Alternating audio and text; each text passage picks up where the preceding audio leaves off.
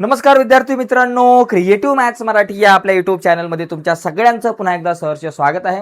आज आपण चर्चा करतोय आता 7वी शिष्यवृत्तीच्या परीक्षेवरती. मित्रांनो 26 तारखेला आपली परीक्षा आहे आणि गणितावर चर्चा करणार आहोत. गणितातला एक सगळ्यात महत्त्वाचा घटक म्हणजे संख्याज्ञान.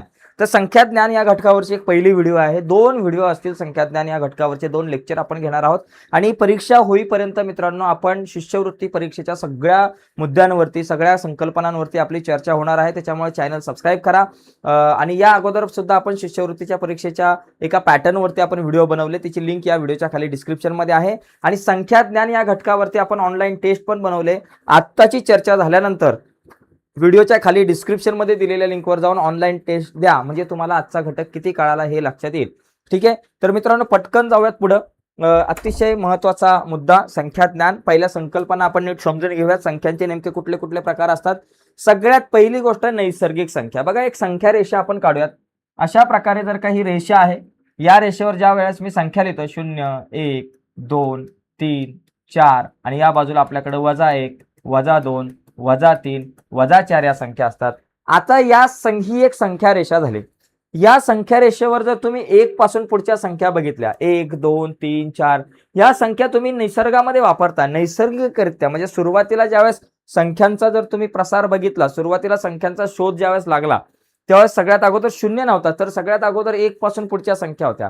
आणि ह्या संख्या आपण नॅचरली वापरतो निसर्गामध्ये. तुम्ही दुकानामध्ये गेलात आणि तुम्हाला चॉकलेट घ्यायचं असेल तर तुम्ही म्हणाल बाबा मला 1 चॉकलेट द्या. अर्धा चॉकलेट तुम्ही मागणार नाहीये. मला 2 चॉकलेट द्या, मला 3 चॉकलेट द्या. 0 चॉकलेट पण तुम्ही मागणार नाहीये किंवा मला -1 चॉकलेट द्या असं पण नाही म्हणणार. त्याच्यामुळे तुम्ही निसर्गामध्ये जर तुम्ही विचार केला तर तुम्ही निसर्गतः या सगळ्या संख्या ज्या आहेत 1 पासून पुढच्या ज्या वापरता त्याला नैसर्गिक संख्या म्हणतात. म्हणजे या संख्या रेषेवरती 1 पासून पुढच्या ज्या काही संख्या आहेत त्या नैसर्गिक संख्या, म्हणजे या झाल्या नैसर्गिक संख्या. त्याच्यानंतर पूर्ण संख्या म्हणजे काय? बघा मित्रांनो, सुरुवातीला फक्त मित्रांनो नैसर्गिक संख्याच अस्तित्वात होत्या, 0 नव्हता. 0 नसल्यामुळे काय झालं माहितीये का? 0 नसल्यामुळं कॅल्क्युलेशन करताना खूप साऱ्या समस्या निर्माण व्हायच्या, खूप सारे प्रॉब्लेम. म्हणजे गणिताचा गुणाकार, भागाकार, बेरीज, वजाबाकी या क्रिया करताना खूप सारा त्रास व्हायचा. आणि तेव्हा मग काहीतरी बाबा नवीन कॅल्क्युलेशनची पद्धत निघाली पाहिजे, असा एक प्रश्न सगळ्या गणित तज्ज्ञांच्या मनामध्ये पडत होता. आणि पूर्वीच्या काळामध्ये भारतामध्ये जर बघितलं तर भारतामध्ये वेगवेगळ्या देशातले गणित तज्ज्ञ यायचे. ज्यांनी गणितात चांगली कामगिरी केलेली आहे ती लोक यायची, एका ठिकाणी थांबायची कुठेतरी एखाद्या सभागृहामध्ये, एखाद्या हॉलमध्ये, आणि तिथं चर्चा व्हायची गणितामध्ये. प्रत्येक देशातला व्यक्ती यायचा, तो म्हणायचा आमच्या देशामध्ये गणितामध्ये काय प्रगती झालेली आहे, आमच्या देशामध्ये गणितामध्ये कॅल्क्युलेशनच्या कुठल्या नवीन गोष्टी आम्ही आणलेल्या आहेत, या सगळ्या मुद्द्यांवरती चर्चा व्हायची. तर अशीच लोक खूप सारी जमली होती, सगळे तत्वज्ञ जमले होते गणितातले, आणि एक एक येऊन आपल्या देशामध्ये काय काय घडले, काय नवीन शोध लागला हे सांगत होते. आणि त्याच वेळेत भारतीय गणिततज्ञ ब्रह्मगुप्त हा समोर आला आणि तो म्हणाला की मी शून्याचा शोध लावलाय. सगळेजण आश्चर्यचकित झाले, शून्य म्हणजे हा काय प्रकार आहे आणि शून्याचा शोध लावून काय मोठा दिवा लावलाय. मग त्यांनी सांगितलं मी शून्याचा शोध लावलेला आहे, ज्या शून्यामुळं ह्या ज्या नैसर्गिक संख्या त्या पूर्ण होतील आणि तुम्हाला गणिताचं कॅल्क्युलेशन करताना गुणाकार, भागाकार, बेरीज, वजाबाकी या सगळ्या क्रिया करत असताना आपल्याला या गोष्टीची मदत होईल. मग शून्य तेव्हापासून आला, भारताने जगाला शून्य दिला आणि त्या ज्या नैसर्गिक संख्या होत्या त्या पूर्ण संख्या झाल्या. इंग्लिशमध्ये त्याला होल नंबर म्हणतो. म्हणजे 0 पासून पुढच्या ज्या काही संख्या आहेत त्यांना आपण पूर्ण संख्या म्हणतो. नैसर्गिक संख्या म्हणजे काय? 1 2 3 त्याच्या पुढच्या. पूर्ण संख्या म्हणजे काय? 0 1 2 3 त्याच्या पुढच्या. आता तुम्ही म्हणाल सर काय तुम्ही काय एडीबिडी झाले की काय? वरती 1 2 3 ला तुम्ही नैसर्गिक संख्या म्हणता, खाली 1 2 3 ला तुम्ही पूर्ण संख्या म्हणता, नेमकं काय म्हणायचं आम्ही? मित्रांनो, एखादा मुलगा असतो गणेश, त्याला घरामध्ये बाळा म्हणतात, बरोबर. एखादा कोणतरी चिनू मिनू म्हणतो, शाळेमध्ये गेलं की गण्या म्हणतात, तो पण नाव काहीतरी वेगळं असतं, म्हणजे वेगळी नावं असतात त्या गाण्याची. तशीच मित्रांनो संख्यांमध्ये जर बघितलं तर 1 2 3 या नैसर्गिक संख्या पण आहेत, या पूर्ण संख्या सुद्धा आहेत. 1 2 3 पूर्ण संख्या सुद्धा आहेत आणि नैसर्गिक संख्या सुद्धा आहेत, एवढं लक्षात घ्या. आता 0 ही आहे ना पूर्ण संख्या आहे, 0 ही नैसर्गिक संख्या नाहीये, 0 ही पूर्ण संख्या आहे. आता याच्यानंतर मग काय झालं माहितीये का? याच्यानंतर पूर्णांक संख्या म्हणजे काय? सुरुवातीला वजाबाकी केली जायची बाबा. समजा माझ्याकडे 10 रुपये होते, त्याच्यातून मी 9 रुपये वजा केले तर माझ्याकडे 1 रुपया राहिला. 5 मधून 4 वजा केले तर माझ्याकडे 1 राहिला. 5 मधून 3 वजा केले माझ्याकडे 2 राहिला. अशी वजाबाकी सुरुवातीला केली जायची, बरोबर. वजाबाकी केली जायची, कॅल्क्युलेशन केलं जायचं व्यवहारामध्ये. आणि नंतर मग काही ठिकाणी 3 वजा 5 केल्यावर काय येईल हा एक मोठा प्रश्न निर्माण झाला. मोठ्या संख्येतून लहान संख्या वजा केल्यानंतर माझ्याकडे 1 2 3 अशा संख्या मिळतात. 1 2 3 काय असेल नैसर्गिक संख्या मिळते. पण लहान संख्येतून मोठी संख्या वजा केली, 3तून 5 वजा केल्यावरती 2 लिहून चालेल का मित्रांनो? 5तून 3 वजा केल्यावर मी 2 लिहिलं, पण 5तून 3 वजा केल्यावर मी 2 लिहिलं. मग 3तून 5 वजा केल्यावर 2च का लिहायचं? 3तून 5 वजा केल्यावर परत 2 कसं काय लिहू शकतो आपण? म्हणजे दोघांची उत्तर सारखी कशी काय येऊ शकतात? मग तेव्हापासून मग म्हणायला लागले की 5तून 3 गेल्यावर 2 होतात. मग 3तून 5 गेल्यावर आपण काय करू? त्याला -2 म्हणू, त्याला निगेटिव्ह नंबर म्हणू. मग अशा प्रकारे -1, -2, -3, -4 या संख्यांचा शोध लागला आणि त्या पूर्णांक संख्या झाल्या. म्हणजे तुमचा 0, 1, 2 किंवा -1, -2 या सगळ्या संख्या आहेत त्यांना पूर्णांक संख्या म्हणतो. म्हणजे संख्या रेषेवरच्या ज्या काही सगळ्या संख्या आहेत यांना आपण म्हणतो पूर्णांक संख्या. ओके, तर या सगळ्या संख्या जरा नीट समजून घ्यायच्यात, सगळ्या संख्यांचे प्रकार, याचा आपल्याला खूप फायदा पुढे होणार आहे. म्हणजे याचा अर्थ एकाचा जर तुम्ही विचार केला तर एक नैसर्गिक संख्या आहे, पूर्ण संख्या आहे, पूर्णांक संख्या सुद्धा आहे. 0 पूर्ण आणि पूर्णांक आहे, नैसर्गिक नाहीये. -1, -2 या सगळ्या ज्या संख्या आहेत त्या पूर्णांक संख्या आहेत. -1, -2, -3, -4 या ऋण संख्या आहेत त्या पूर्णांक संख्या आहेत, त्या पूर्ण आणि नैसर्गिक नाहीयेत. ओके, आता समसंख्या म्हणजे काय? ज्या संख्या 2च्या पाड्यात येतात त्यांना समसंख्या म्हणतात. बे के बे, बे दुने 4, बे त्रिक 6, बे चौक 8. एकदम सोपं आहे. विषम संख्या म्हणजे काय? ज्या संख्या 2च्या पाड्यामध्ये नाही आहेत त्यांना विषम संख्या म्हणतात. उदाहरणार्थ 1 आहे, 3 आहे, 5 आहे, 7 आहे. त्याच्यानंतर मूळ संख्या म्हणजे काय? बाबा, ज्या संख्येला फक्त 2च संख्यांनी भाग जातो. एक म्हणजे ती स्वतः आणि दुसरी म्हणजे 1. बघा, एक म्हणजे ती स्वतः आणि 1. आता उदाहरणार्थ 2चा जर विचार केला, 2ला फक्त 2च संख्यांनी भाग जाईल, 1ने आणि 2ने, म्हणजे 2 ही मूळ संख्या आहे. आता जर तुम्ही या नैसर्गिक संख्या बघितल्या 1 2 3 4 5 6, याच्यामध्ये 1 ही संख्या तिला फक्त एकच संख्येने भाग जातो, म्हणून ही मूळ संख्या नाहीये. आपली मूळ संख्येची व्याख्या काय की मूळ संख्यांना 2 संख्यांनी भाग गेला पाहिजे. एक म्हणजे 1 आणि दुसरी म्हणजे ती स्वतः, अशा 2 संख्यांनी भाग गेला पाहिजे. पण एकाला फक्त एकच संख्येने भाग जातो म्हणून ती मूळ संख्या नाही. 2ला 2 संख्यांनी भाग जातो, कुठल्या? 1 आणि 2, म्हणून 2 ही मूळ संख्या आहे. 3ला फक्त 1 आणि 3नेच भाग जातो म्हणून ही मूळ संख्या आहे. 4चा जर विचार केला तर 4ला 1ने भाग जाईल, 2ने भाग जाईल, 4ने भाग जाईल, 3 संख्यांनी भाग जातो म्हणून ही मूळ संख्या नाहीये. 5ला 2च संख्येने भाग जाईल, 1 आणि 5, म्हणून ही मूळ संख्या आहे. 6ला 1 2 3 6 या 4 संख्यांनी भाग जातो म्हणून ती मूळ संख्या नाहीये. मग मूळ संख्या कुठल्या?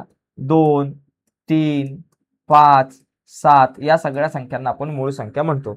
याच्यामध्ये 2 एखादा प्रश्न तुम्हाला येऊ शकतो की सममूळ संख्या कुठली?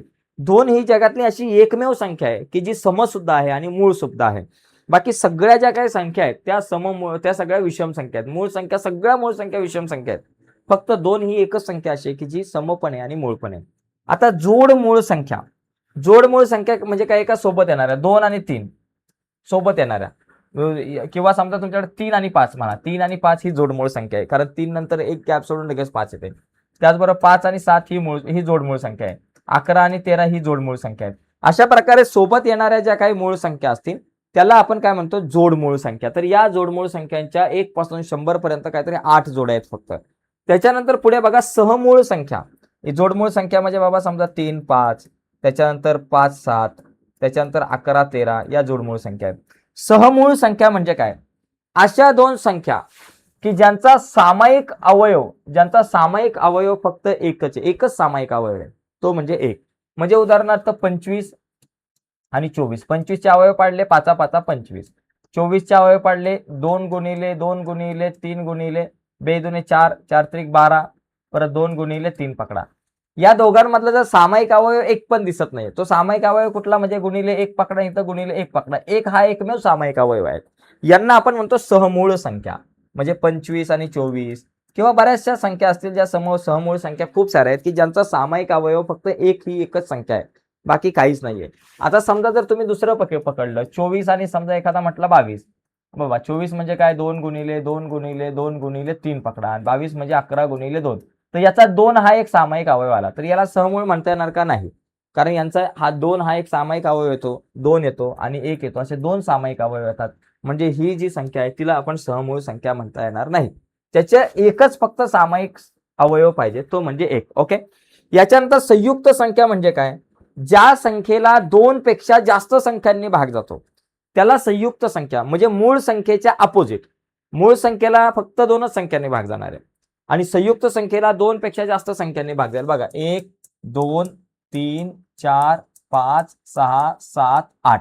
आता बघा याच्यामध्ये 4चा विचार केला तर 4ला 1ने 2ने 4ने 3 संख्यांनी भाग जातो, म्हणून ही झाली तुमची संयुक्त संख्या. 2 पेक्षा जास्त संख्यांनी भाग जाते.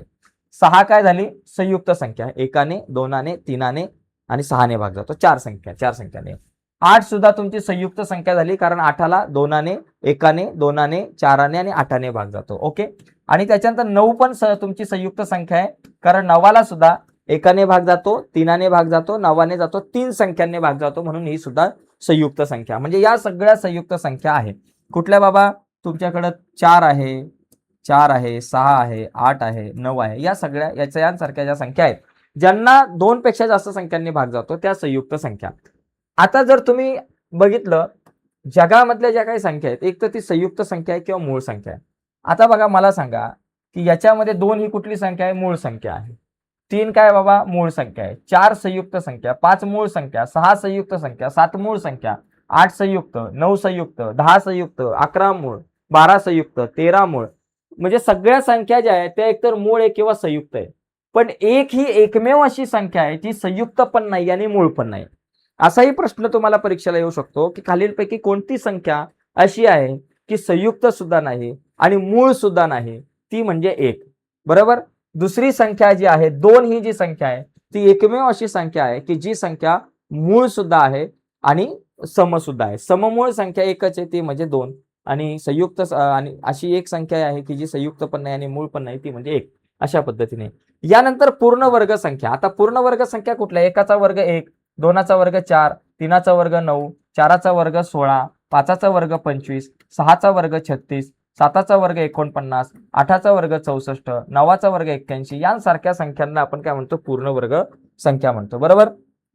1 आहे, 4 आहे, 9 आहे, 16 आहे, 25 आहे, यांसारख्या. त्रिकोणी संख्या. त्रिकोणी संख्या म्हणजे काय, 2 क्रमगत संख्यांच्या गुणाकाराला 2ने भागलं. आता 2 गुणिले 3 बरोबर 6, याला जर मी 2ने भागलं तर 2 त्रिक 6, ही झाली त्रिकोणी संख्या. बरोबर. समजा बाबा 1 गुणिले 2 केलं, भागिले 2 केलं तर 1, समजा 1 ही त्रिकोणी संख्या झाली. किंवा बाबा 3 ही त्रिकोणी संख्या आहे. त्याच्यानंतर 3 गुणिले 3च्या पुढची 4 भागिले 2 करा, 3 चौक 12 भागिले 2 बेस सक 12, 6 ही त्रिकोणी संख्या आहे. त्याच्यानंतर 4 गुणिले 5 भागिले 2 करा, बघा 4 पंचे 20, 20 भागिले 2 बरोबर 10 ही त्रिकोणी संख्या आहे. त्याच्यानंतर 5च्या पुढे 6 येतात, भागिले 2, 5 सक 30, 30 भागिले 2 बरोबर 15 ही त्रिकोणी संख्या आहेत. तर या सगळ्या त्रिकोणी संख्या आहेत. उदाहरणार्थ 1 असेल, 3 असेल किंवा 6 असेल, 10 असेल, त्याच्यानंतर 15 असेल, या त्रिकोणी संख्या आहेत. तर यांची मांडणी आपण बघा कशी करतो. त्रिकोणी संख्यांची मांडणी जर तुम्ही केली तर बघा 3 ही त्रिकोणी संख्या, 1 2 आणि 3 इथे लिहिला, झाली. त्रिकोणामध्ये ही संख्या बघा मांडता आली. 6चा विचार केला, 1 2 3 4 5 आणि 6, 6ला सुद्धा तुम्ही त्रिकोणी याच्यात मांडणी केली. आता 10चा जर विचार केला, 1 2 3 4 5 6 7, 5 6 7 8 9 आणि 10, 10ला सुद्धा तुम्ही त्रिकोणी संख्या, त्रिकोणी डॉट डॉट मध्ये तुम्ही मांडणी त्याची करू शकताय. 15चा जर विचार केला बघा, 1 2 3 4 5 6 7 8 9 10 11 12 13 14 आणि 15, तर ही सुद्धा त्रिकोणी संख्या झाली. तर अशा प्रकारे या त्रिकोणी संख्या लिहिता येऊ शकतात. याच्यानंतरच्या काही संख्या आहेत त्या म्हणजे परिमेय संख्या. बघा त्या पण तुम्हाला सांगतो. परिमेय संख्या, परिमेय संख्या ही एक आहे आणि अपरिमेय संख्या आहे. परिमेय संख्या म्हणजे काय, जी संख्या तुम्ही p/q स्वरूपात लिहिता तिला तुम्ही परिमेय संख्या म्हणता. म्हणजे परिमेय संख्या म्हणजे बघा या ठिकाणी लक्षात घ्यायचं, उदाहरणार्थ 3/2 ही परिमेय संख्या आहे. बरोबर. 3/2 परिमेय संख्या आहे, p/q स्वरूपात लिहिली. आता 3ला 2ने जर भाग लावला तर 1.5 ही सुद्धा परिमेय संख्या आहे. म्हणजे 3/2 1.5 किंवा नुसतं जर मी 5 लिहिलं, 7 लिहिलं, 8.125 लिहिलं, 9.666 डॉट डॉट डॉट हे वाढत जाणाऱ्या अशा संख्या लिहिल्या तर या संख्यांना मी म्हणतो परिमेय संख्या. ओके. कारण 5 म्हणजे काय असतं, 5/1, म्हणजे ही सुद्धा परिमेय संख्या झाली. या संख्यांना आपण परिमेय संख्या म्हणतो. आता जर मी 5चा जर विचार केला तर 5 काय काय, 5 नैसर्गिक संख्या आहे, 5 पूर्ण संख्या आहे, 5 पूर्णांक संख्या आहे, समसंख्या नाहीये, 5 विषम संख्या आहे, 5 मूळ संख्या आहे, 5 संयुक्त संख्या आहे का नाहीये, 5 पूर्णवर्ग संख्या नाहीये, 5 त्रिकोणी संख्या नाहीये, तर 5 कुठली कुठली, त्याचबरोबर 5 परिमेय संख्या सुद्धा आहे. मित्रांनो, या ज्या संख्या तुम्हाला आहेत ना, या ज्या दिसतात ना, या सगळ्या संख्या, या सगळ्यांना तुम्ही परिमेय संख्या म्हणू शकता. या सगळ्या संख्यांना आपण काय म्हणतो, परिमेय संख्या. अपरिमेय संख्या म्हणजे काय?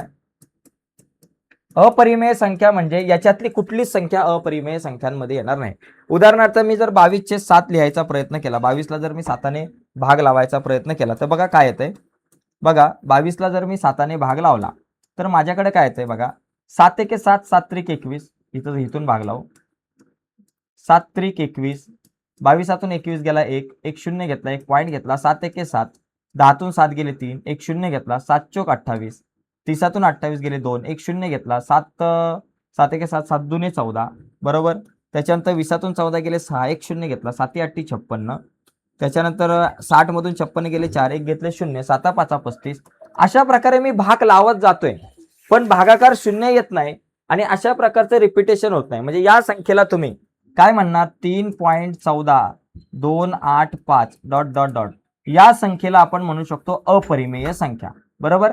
अपरिमेय संख्या. किंवा तुम्ही वर्गमुळात 5, 5चं वर्गमूळ काढता येत नाही, या प्रकारच्या संख्यांना सुद्धा आपण अपरिमेय संख्या म्हणतो. ओके. त्याच्यानंतर एक येते वास्तव संख्या. वास्तव संख्या म्हणजे काय माहितीये का, परिमेय संख्या आणि अपरिमेय संख्या मिळून वास्तव संख्या होतात. परिमेय संख्या अधिक अपरिमेय संख्या बरोबर वास्तव संख्या. म्हणजे या सगळ्या संख्या ज्या तुम्हाला बोर्डवरती दिसतात त्यांना आपण वास्तव संख्या म्हणतो.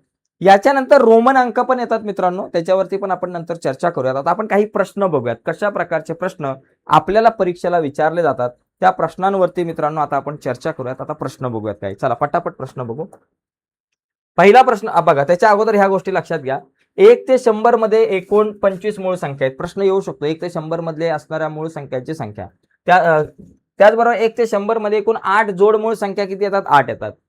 1 ते 100 पर्यंत नैसर्गिक संख्यांची बेरीज, 1 ते 10 पर्यंतच्या नैसर्गिक संख्यांची बेरीज लिहा 55.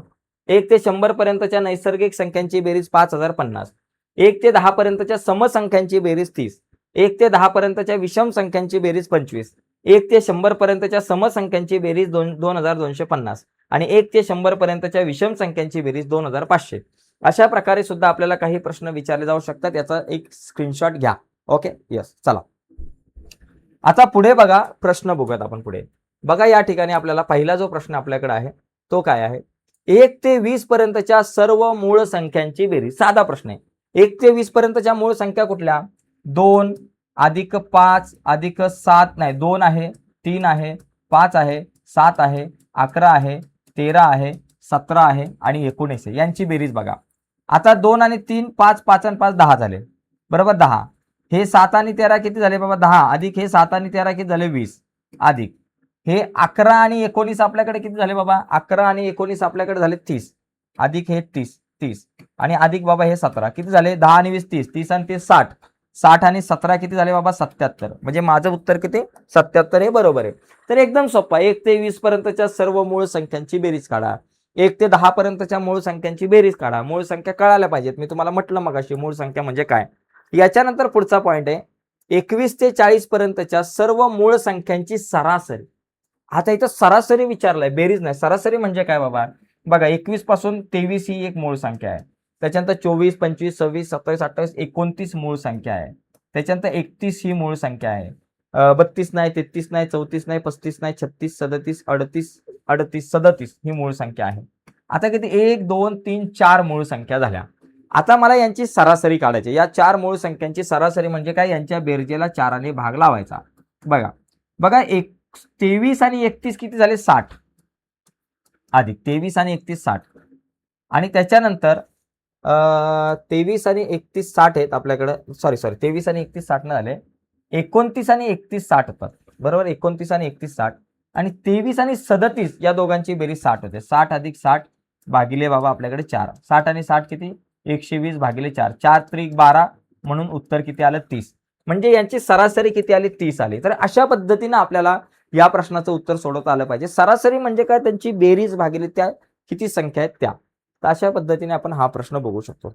पुढचा बघा, x ही विषम संख्या आहे, तर त्यापुढे क्रमाने येणारी समसंख्या कुठली. आता x नंतरच्या पुढची समसंख्या कुठली. आता x समजा माझ्याकडे 7 ही एक विषम संख्या आहे, 7च्या पुढची समसंख्या कुठली बाबा? 8. 7च्या नंतर येणारी 8 ही समसंख्या असणार आहे, म्हणजे 7 अधिक 1 केलं की मला समसंख्या मिळते.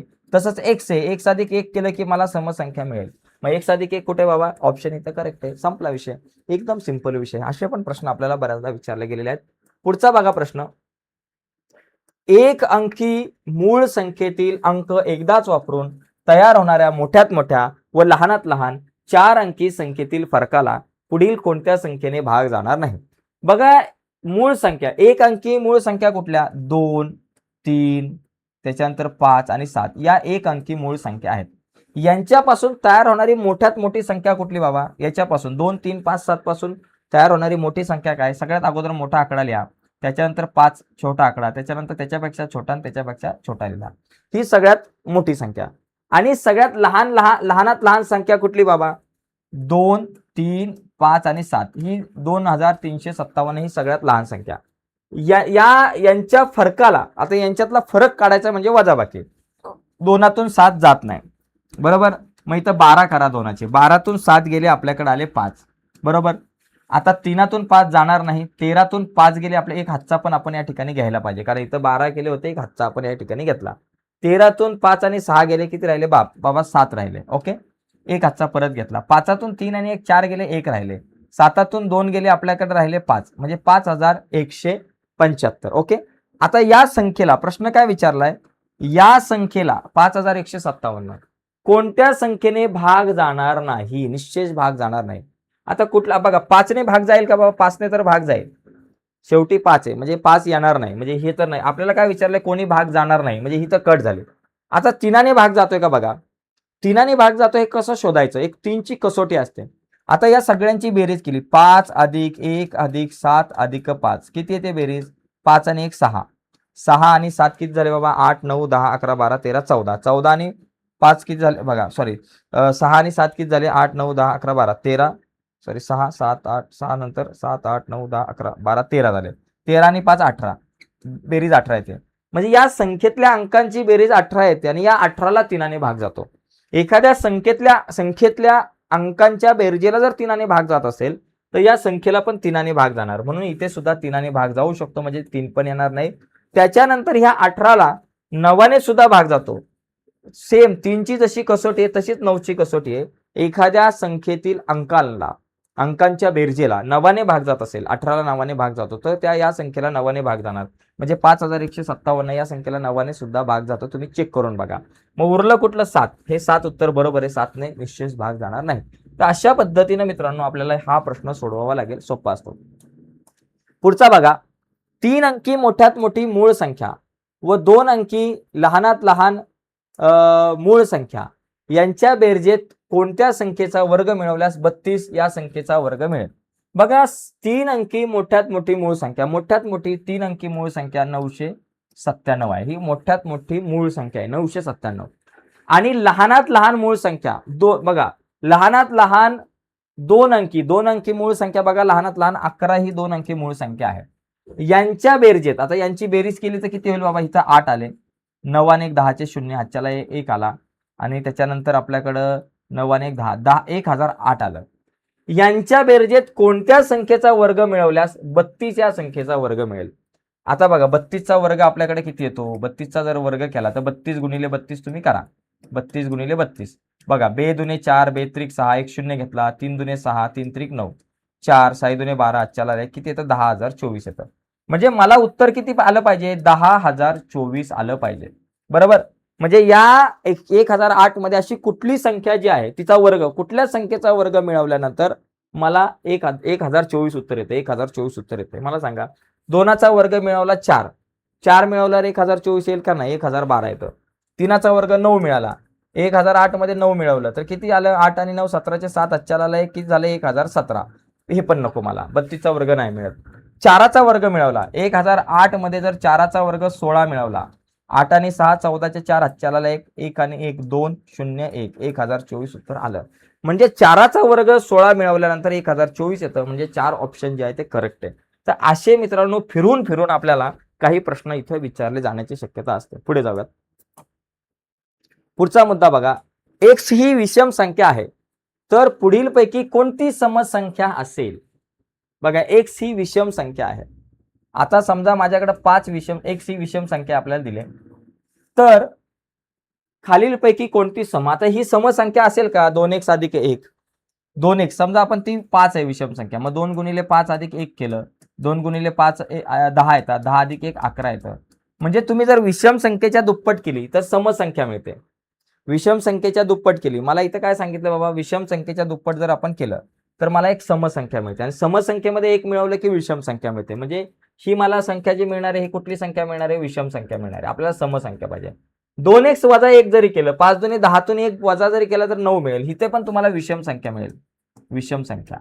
आता इथे जर तुम्ही बघितलं 2x, 2 गुणिले x काय झालं बाबा, समसंख्या आहे. म्हणजे x विषम संख्या आहे, विषम संख्येच्या दुप्पट केलं की समसंख्या, आणि समसंख्येमध्ये ही समसंख्या मिळवली तर उत्तर तुमच्याकडे येतं समसंख्या. म्हणून या ठिकाणी हे उत्तर करेक्ट आहे, समसंख्या. या ठिकाणी तिसरा ऑप्शन जो आहे तो आपला करेक्ट आहे. ओके, पुढचा बघा प्रश्न. 5 क्रमवार नैसर्गिक संख्यांची सरासरी 12 आहे, तर सर्वात लहान समसंख्या, लहान 5 क्रमवार समसंख्यांची बेरीज, समसंख्यांची बेरीज 12 आहे, तर सर्वात लहान समसंख्या ही सर्वात मोठ्या समसंख्येच्या किती पट आहे. बघा आता आपण त्या समसंख्या काय म्हणू, x. बघा सर्वात 5 क्रमवार समसंख्या, आता समसंख्या कुठल्या असतील, x अधिक 2, x अधिक 4, x अधिक 6 आणि x अधिक 8. 1 2 3 4 5, 5 या काय झाल्या, समसंख्या झाल्या.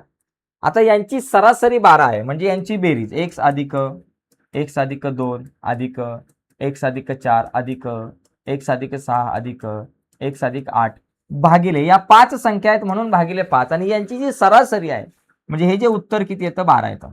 ओके, आता बघा x किती आहे, 1 2 3 4 5 वेळा x आहे, म्हणजे 5x अधिक 2 आणि 4 झालं 6, 6 आणि 6 12, 12 आणि 8 झालं 20 भागिले 5 बरोबर आपल्याकडे आलं 12. 5 भागिले पलीकडे गेलं गुणिले 5x अधिक 20 बरोबर आपल्याकडे 12 गुणिले 5. मग 5x अधिक 20 बरोबर 12 पंचे आपल्याकडे आलं 60. आपल्याला x ची किंमत काढायची, x ला आपण इथंच ठेवू, 5x ला आपल्या जागेवर ठेवू, 60 आपल्या जागेवर, हा 20 अधिक आहे, बरोबर चिन्हाच्या पलीकडे गेले वजा 20 झाले. 5x बरोबर 60 मधून 20 गेले 40 आले. आपल्याला x ची किंमत काढायची, x ला इथं ठेवू, 40 आपल्या जागेवर, हा 5 गुणिले बरोबर चिन्हाच्या पलीकडे गेला भागिले, x बरोबर 5 48, x बरोबर किती आलं, 8 आलं. x बरोबर 8 आल्यानंतर मला सांगा, आता मला काय विचारलंय, सर्वात लहान समसंख्या सर्वात मोठी समसंख्या जी आहे यांचा विचार करायचा आहे. आता लहान समसंख्या काय असणार आहे बाबा, लहान समसंख्या म्हणजे x आहे, आणि ती आली आपल्याकडे 8 बरोबर, आणि मोठी समसंख्या x अधिक 8 आहे. मोठी जी संख्या आहे ती काय बाबा, x अधिक 8 आहे. x ची किंमत किती, 8, 8 अधिक 8 बरोबर किती, 16 आहे. बरोबर, आपल्याला प्रश्न काय विचारलाय, लहान संख्या मोठ्या संख्येच्या किती पट आहे.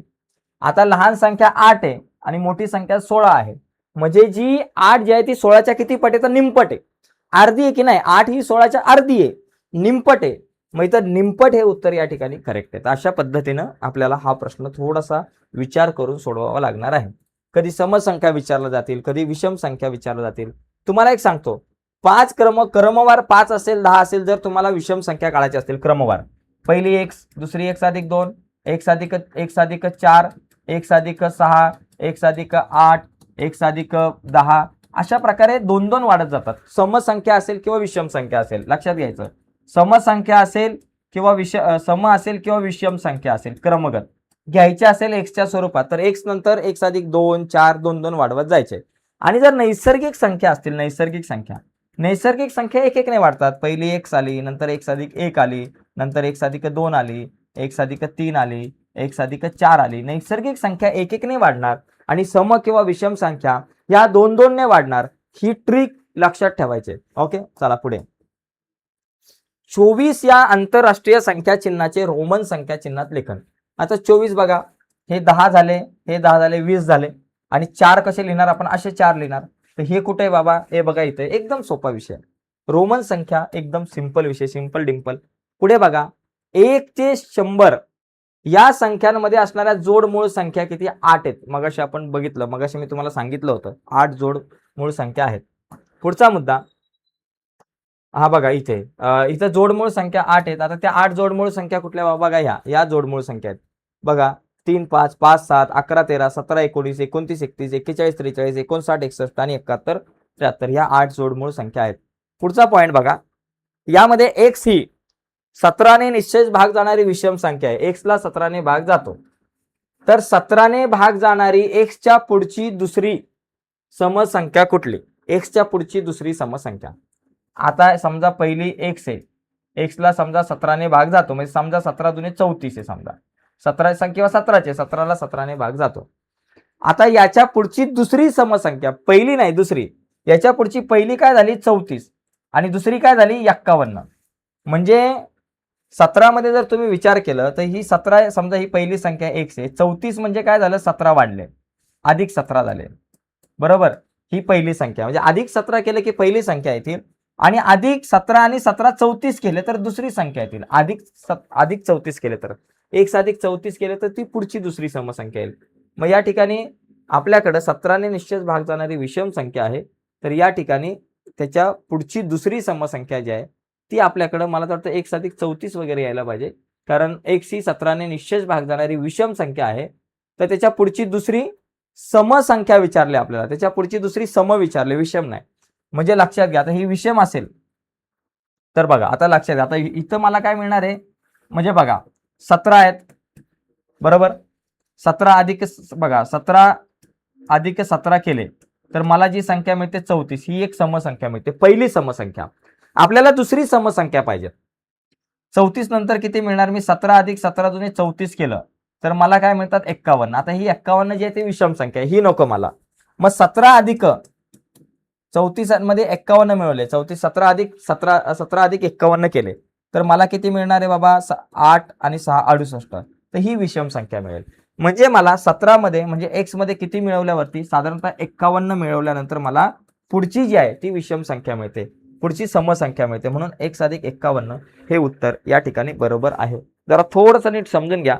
म्हणजे समजा परत एकदा सांगतो, x ही एक संख्या आहे, x ही मला एक विषम संख्या असते आहे माझ्याकडे, समजा x ही विषम संख्या आहे. आता या x या विषम संख्येमध्ये समजा मी 17 मिळवले, पहिली संख्या. x च्या नंतरची पहिली संख्या जी आहे ही विषम संख्या असेल तर नंतर मिळणारी ही जी संख्या आहे विषम संख्येनंतर मला ही समसंख्या मिळेल. पहिली संख्या काय मिळणार आहे, समसंख्या मिळणारे 17 मिळवल्यानंतर. परत मग या x मध्ये 17 अधिक 17 34 जर मिळवले तर मला ही एक विषम संख्या मिळेल. ओके. आणि या x मध्ये परत x अधिक 51 जर मी मिळवले तर मला कुठली संख्या मिळते, समसंख्या मिळते. आणि आपल्याला काय विचारलंय की x नंतरची दुसरी समसंख्या आहे, ही पहिली समसंख्या x अधिक 17 आणि दुसरी समसंख्या x अधिक 51 आपल्याला मिळणार आहे. तर डिटेलमध्ये सांगायचा प्रयत्न केला. चला पुढे जाऊया. पुढे बघा, पुढीलपैकी कोणत्या जोडमूळ संख्यांच्या जोडीची बेरीज ही 1 ते 25 मधील मूळ संख्यांच्या बेरजेपेक्षा 44 ने जास्त आहे. आता बघा, 1 ते 25 मधल्या ज्या काही मूळ संख्या आहेत त्या कुठल्या, 2 3 5 7 11 13 17 19 त्याच्यानंतर 23, 19 नंतर आपल्याकडे 23, या काय झाल्या बाबा तुमच्या 1 ते 25 मधल्या मूळ संख्या. बेरीज किती झाली, 2 आणि 3 5, 5 आणि 5 10, बरोबर.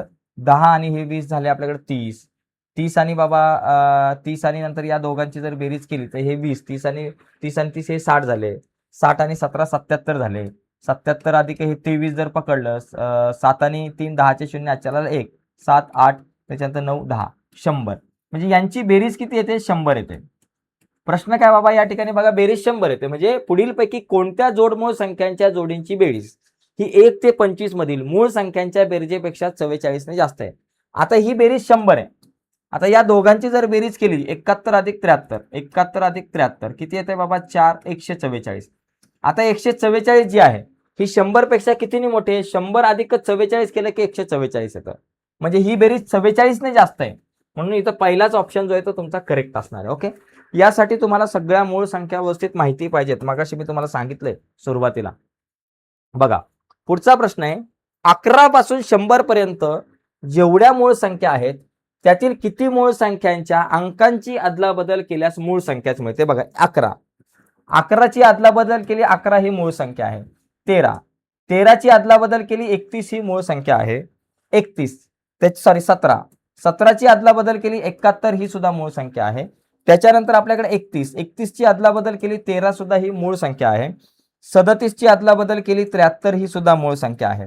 आणि त्याच्यानंतर आपल्याकडे बघा इथं 79ची अदलाबदल केली 97 ही सुद्धा मूळ संख्या आहे. किती 1 2 3 4 5 6 आणि जवळपास आणि आणखी काय राहिलं बाबा आपल्याकडं, आणखी एक काय तर राहिलंय, 1 2 3 4 5 6 7 8 9 9 आहेत या ठिकाणी. आपल्याकडे 37 घेतलं, 37 73 आणि त्याच्यानंतर 73चं 37 या ठिकाणी आपल्याकडे झालेलं आहे बरं का. किती झालं 1 2 3 4 5 6 7 किती 1 2 3 4 5 6 7 8 9 आहेत, 9 आहेत, 9 आहेत बरं का. व्यवस्थित बघा, परत समजून घ्या.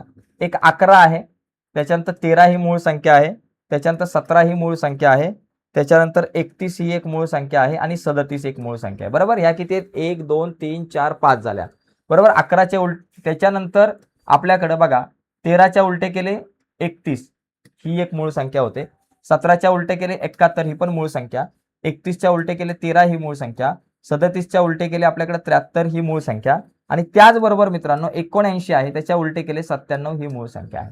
म्हणजे या एकूण किती संख्या झाल्या 1 2 3 4 5 6 7 8 9 10 11, 11 कुठून आल्या बाबा, 1 2 3 4 5 6 7 8 9 आहे. त्याच्यानंतर इथे एक्स्ट्रा कुठली आली आपल्याकडे, काहीतरी आपण एक्स्ट्रा घेतलेला आहे बरं का. 31 आपण या ठिकाणी डबल घेतलं, ठीक आहे. 31 आणि 13 डबल घेतलं, काय हरकत नाही. पण या लक्षात घ्या एकूण अशा ज्या मूळ संख्या आहेत त्या आपल्याकडे किती 1 2 3 4 5 6 7 8 9 आहेत. तर 9 उत्तर बरोबर आहे. म्हणजे 1 ते 100 मधल्या ह्या 9 संख्या आहेत बरोबर.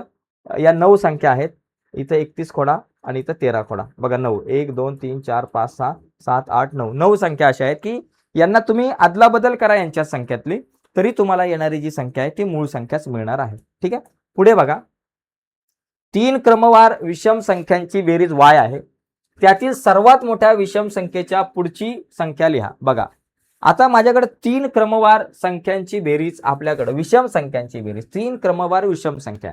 मी काय म्हटलं, विषम संख्या काय असते, पहिली x, नंतर x अधिक 1, त्याच्यानंतर x अधिक 2 ही विषम संख्या आहे आणि x अधिक 4 ही विषम संख्या, म्हणजे x अधिक 2 x अधिक 4 ह्या विषम संख्या झाल्या, म्हणजे 2 2 ने वाढत जातील. या विषम संख्यांची बेरीज y आहे बरोबर. ही बेरीज किती आहे बाबा, y आहे. तर मला काय म्हटलंय की त्यातल्या सर्वात मोठ्या विषम संख्येच्या पुढची समसंख्या लिहा. मोठी जी विषम संख्या आहे तिच्या पुढची समसंख्या, म्हणजे अधिक 1 मिळाला की त्याच्या पुढची समसंख्या मिळेल. पहिली x ची किंमत काढू.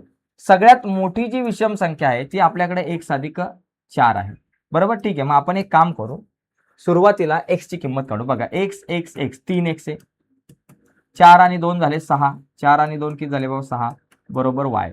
3x आपल्या जाग्यावर आणि बरोबर आपल्याकडे y आपल्या जाग्यावर, 6 अधिक आहे बरोबर चिन्हाच्या पलीकडे गेले वजा झाले, 3 गुणिले पलीकडे गेले भागिले झाले, x बरोबर y वजा 6 भागिले 3. मग आपल्याकडे काय येईल, y भागिले 3 वजा 6 भागिले 3 असं काहीतरी येईल बरोबर.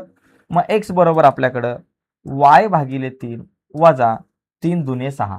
x ची किंमत किती आली बाबा, आपल्याकडं y भागिले 3 वजा 2 ही झाली आपली कुठली कशाची किंमत बाबा, ही आपली किंमत कुठली झाली, x ची किंमत. आता आपल्याला काय म्हटलंय की सर्वात मोठ्या विषम संख्येच्या पुढची समसंख्या. आता सगळ्यात मोठी विषम संख्या आहे x अधिक 4 बरोबर, x अधिक 4 आहे. मग x ची किंमत किती, y छेद 3 वजा 2 x ची किंमत आणि अधिक 4. मग काय झालं, y भागिले 3, 4तून 2 गेले 2 अधिक 2 ही काय झाली सगळ्यात मोठी विषम संख्या. आता याच्या पुढची समसंख्या मला काढायची. याच्या पुढची समसंख्या म्हणजे अधिक ही विषम संख्या असेल, 1 मिळवला की समसंख्या झाली, म्हणजे y भागिले 3 अधिक 2 आणि 1 किती 3, y भागिले 3 अधिक 3, तर y भागिले 3 अधिक 3 हे उत्तर आपलं येऊ शकतो. इथं थोडंसं खूप वेगळ्या पद्धतीने या गणितांमध्ये डोकं लावावं लागतं मित्रांनो. ही गणितं अशी येतील आकडे बिकडे बदलून, तर तयार राहायचंय. बघा पुढील कोणती सहमूळ संख्यांची जोडी नाहीये. ओके, तर याच्यातली कुठली सहमूळ संख्यांची जोडी नाहीये, तर बघा 25 आणि 32 सहमूळ संख्यांची जोडी नाही. मी तुम्हाला म्हटलं आता 32 आणि 24चा जर विचार केला, 32चे अवयव किती, 2 गुणिले 2 गुणिले 2 गुणिले 2 गुणिले 2 बघा, 2 दुने 4, 4 दुने 8, 8 दुने 16, 8 दुने 16 दुने 32. 24चं जर बघितलं, बे के बे, बे दुने 4, 4 दुने 8 आणि 8 त्रिक 24. तर इथे बघा बरेचसे कॉमन अवयव आहेत, म्हणजे ही सहमूळ संख्यांची जोडी नाहीये. सहमूळ संख्यांची जोडी म्हणजे काय, त्यांच्यामध्ये कॉमन अवयव हा फक्त एकच असतो, त्याला आपण सहमूळ संख्येची जोडी म्हणणार. बाकी खालच्या 3 सहमूळ संख्या आहेत. पुढे बघा, पी ही एक समसंख्या आहे, तर त्याच्या पुढची 39वी समसंख्या कुठली?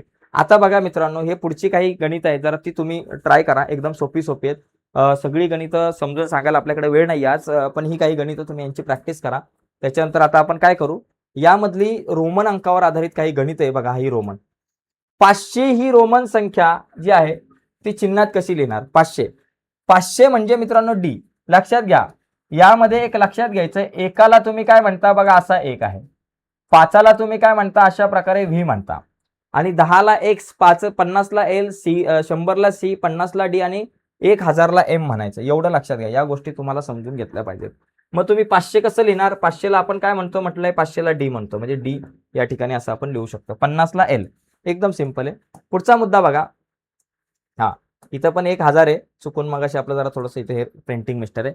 55 ही संख्या कशी लिहिणार? 55 म्हणजे 50 अधिक 5. 50ला कसं म्हणता तुम्ही एल, आणि अधिक 5ला तुम्ही व्ही म्हणणार, एल व्ही. बघा दुसरा ऑप्शन करेक्ट आहे, एकदम सिंपल.